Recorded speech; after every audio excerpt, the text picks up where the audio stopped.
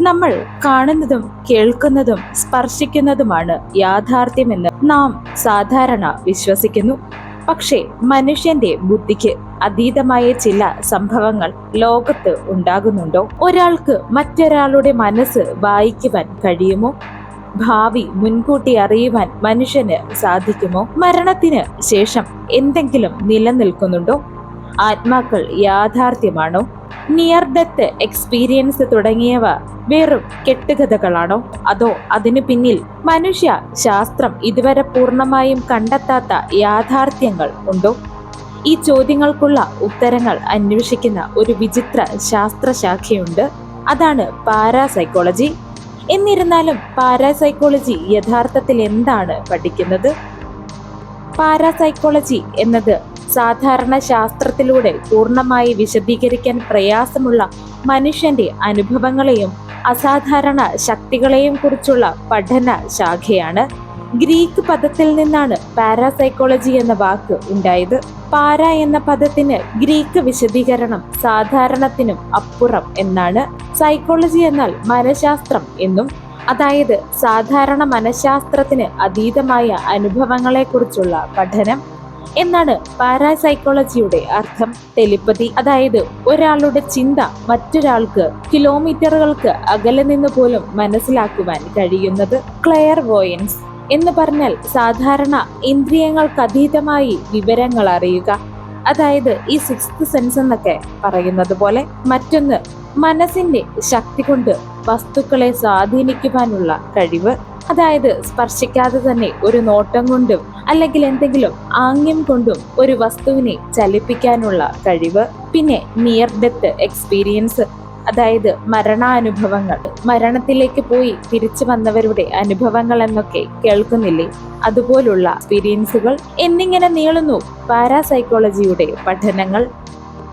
Parapsychology ആയിരക്കണക്കിന് വർഷങ്ങൾക്ക് മുൻപുള്ള സംസ്കാരങ്ങളിൽ പോലും അതുമായി ബന്ധപ്പെട്ട വിശ്വാസങ്ങൾ ഉണ്ടായിരുന്നു. പുരാതന ഈജിപ്തുകാർ സ്വപ്നങ്ങളിലൂടെ ഭാവി അറിയാമെന്ന് വിശ്വസിച്ചിരുന്നു.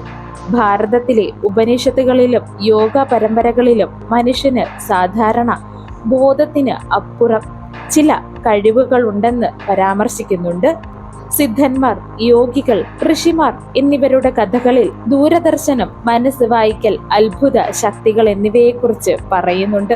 പുരാതന ഗ്രീസിലെ ഡൽഹി ക്ഷേത്രത്തിൽ പ്രവാചകർ ഭാവി പ്രവചിച്ചിരുന്നു എന്നാണ് വിശ്വാസം. എന്നാൽ പാരാസൈക്കോളജിയെ ശാസ്ത്രീയ പഠന മേഖലയായി രൂപപ്പെടുത്തുവാൻ ശ്രമങ്ങൾ ആരംഭിച്ചത് 19-ാം നൂറ്റാണ്ടിലാണ്. 1882 സ്ഥാപിക്കപ്പെട്ട സൊസൈറ്റി ഓഫ് സൈക്കിക്കൽ റിസർച്ച് എന്ന സംഘടന ഈ മേഖലയിലെ പ്രധാന വഴിത്തിരിവ് ആയിരുന്നു. ആത്മാക്കൾ, ടെലിപ്പതി, മരണാനന്തര ജീവിതം എന്നിവ ശാസ്ത്രീയമായി പഠിക്കാൻ അവർ ശ്രമിച്ചു.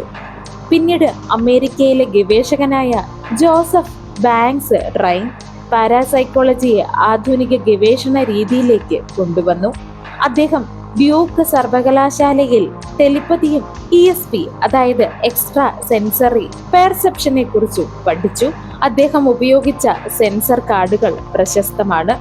5 ചിഹ്നങ്ങൾ അടങ്ങിയ കാർഡുകൾ ഉപയോഗിച്ച് മറ്റൊരാൾക്ക് കാണാവുന്ന ചിത്രം മനസ്സിലാക്കുമോ എന്ന് അദ്ദേഹം പരിശോധിച്ചു. ESP അഥവാ എക്സ്ട്രാ സെൻസറി പെർസെപ്ഷൻ എന്ന ആശയം പാരാസൈക്കോളജിയുടെ ഹൃദയമാണ്. നമ്മുടെ 5 ഇന്ദ്രിയങ്ങൾക്ക് അതീതമായ വിവരങ്ങൾ സ്വീകരിക്കുവാനുള്ള കഴിവ് ഉണ്ടാകാമെന്നാണ് ഈ സിദ്ധാന്തം പറയുന്നത്.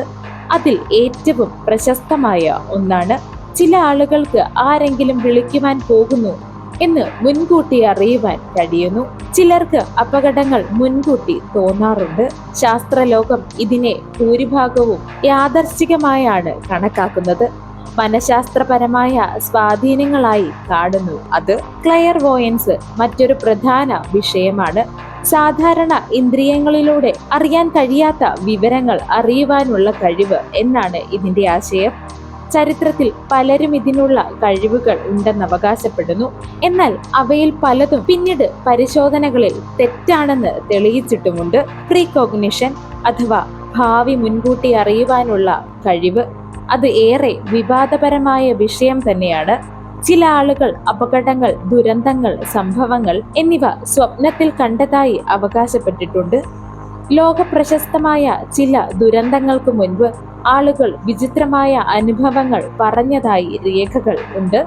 എന്നാൽ ശാസ്ത്രജ്ഞർ പറയുന്നത് മനുഷ്യന്റെ ബ്രെയിൻ പിന്നീട് സംഭവിച്ച കാര്യങ്ങളെ പഴയ ഓർമ്മകളുമായി ബന്ധിപ്പിച്ച് തെറ്റായ ബന്ധങ്ങൾ സൃഷ്ടിക്കാറുണ്ട് എന്നാണ്. സൈക്കോ കിനസിസ് മറ്റൊരു ശ്രദ്ധേയ വിഷയമാണിത്. മനസ്സിന്റെ ശക്തി കൊണ്ട് വസ്തുക്കളെ ചലിപ്പിക്കാമോ എന്ന ചോദ്യമാണ് ഇതിന്റെ അടിസ്ഥാനം. അവ ശാസ്ത്രീയ സമൂഹത്തിൽ വ്യാപക അംഗീകാരം നേടിയിട്ടും ഇല്ല. പാരാസൈക്കോളജിയുടെ പിന്നിലെ സയൻസ് എന്താണ്? അതാണ് ഏറ്റവും വലിയ ചോദ്യം. ഇന്ന് വരെ പാരാസൈക്കോളജിയിലെ പല അവകാശവാദങ്ങൾക്കും വ്യക്തമായ ശാസ്ത്രീയ തെളിവുകൾ ലഭിച്ചിട്ടില്ല. മനുഷ്യന്റെ ബ്രെയിന്റെ പ്രവർത്തനം, ഓർമ്മയുടെ തെറ്റുകൾ, കൺഫർമേഷൻസ് ബയസ്, സാധ്യത സിദ്ധാന്തം, സബ് കോൺഷ്യസ് മൈൻഡ് എന്നിവയുടെ പല സംഭവങ്ങളും വിശദീകരിക്കുവാൻ മനഃശാസ്ത്രം ശ്രമിക്കുന്നു. ഉദാഹരണത്തിന് കൺഫർമേഷൻ ബയസ് എന്ന മനഃശാസ്ത്ര പ്രതിഭാസം മനുഷ്യർ തങ്ങൾ വിശ്വസിക്കുന്ന കാര്യങ്ങളെ പിന്തുണയ്ക്കുന്ന വിവരങ്ങൾ മാത്രം ഓർക്കുവാനിടയാകും. കോയിൻസിഡൻസ് ലോകത്ത് കോടിക്കണക്കിന് ആളുകൾ ജീവിക്കുമ്പോൾ ചില അത്ഭുതകരമായ യാദർശിക സംഭവങ്ങൾ നടക്കുന്നത് സ്വാഭാവികമാണെന്നാണ് ശാസ്ത്രം വ്യക്തമാക്കുന്നത്. എങ്കിലും ചില സംഭവങ്ങൾ ഇന്നും ചർച്ച ചെയ്യപ്പെടുന്നു. മരണാസന്ന അനുഭവങ്ങൾ അതിൽ പ്രധാനമാണ്. ചില ആളുകളുടെ ഹൃദയവും ശരീരവുമെല്ലാം പ്രവർത്തനം നിർത്തി കുറച്ച് സമയത്തേക്ക്. അങ്ങനെ ആ ആള് മരിച്ചതായി മെഡിക്കൽ ലോകം പറഞ്ഞു. അങ്ങനെയുള്ള ആളുകളുടെ എക്സ്പീരിയൻസ് പറയുന്നത് ആ സമയത്ത് എന്തോ വലിയ പ്രകാശത്തിലൂടെ കടന്നുപോയി താനെന്നാണ്. ചില ഗവേഷകർ ഇത് മസ്തിഷ്കത്തിന്റെ ഓക്സിജന്റെ കുറവിന്റെ ഫലമായാണ് പറയുന്നത്. ചിലർ ഇത് മനുഷ്യബോധത്തെക്കുറിച്ചുള്ള പുതിയ ചോദ്യങ്ങൾ ഉയർന്നുവെന്ന് കരുതുന്നു. പാരാസൈക്കോളജി വിമർശനങ്ങൾ നേരിടുന്നു. ശാസ്ത്രീയ പരീക്ഷണങ്ങൾ ആവർത്തിച്ച് ഒരേ ഫലം ലഭിക്കണം.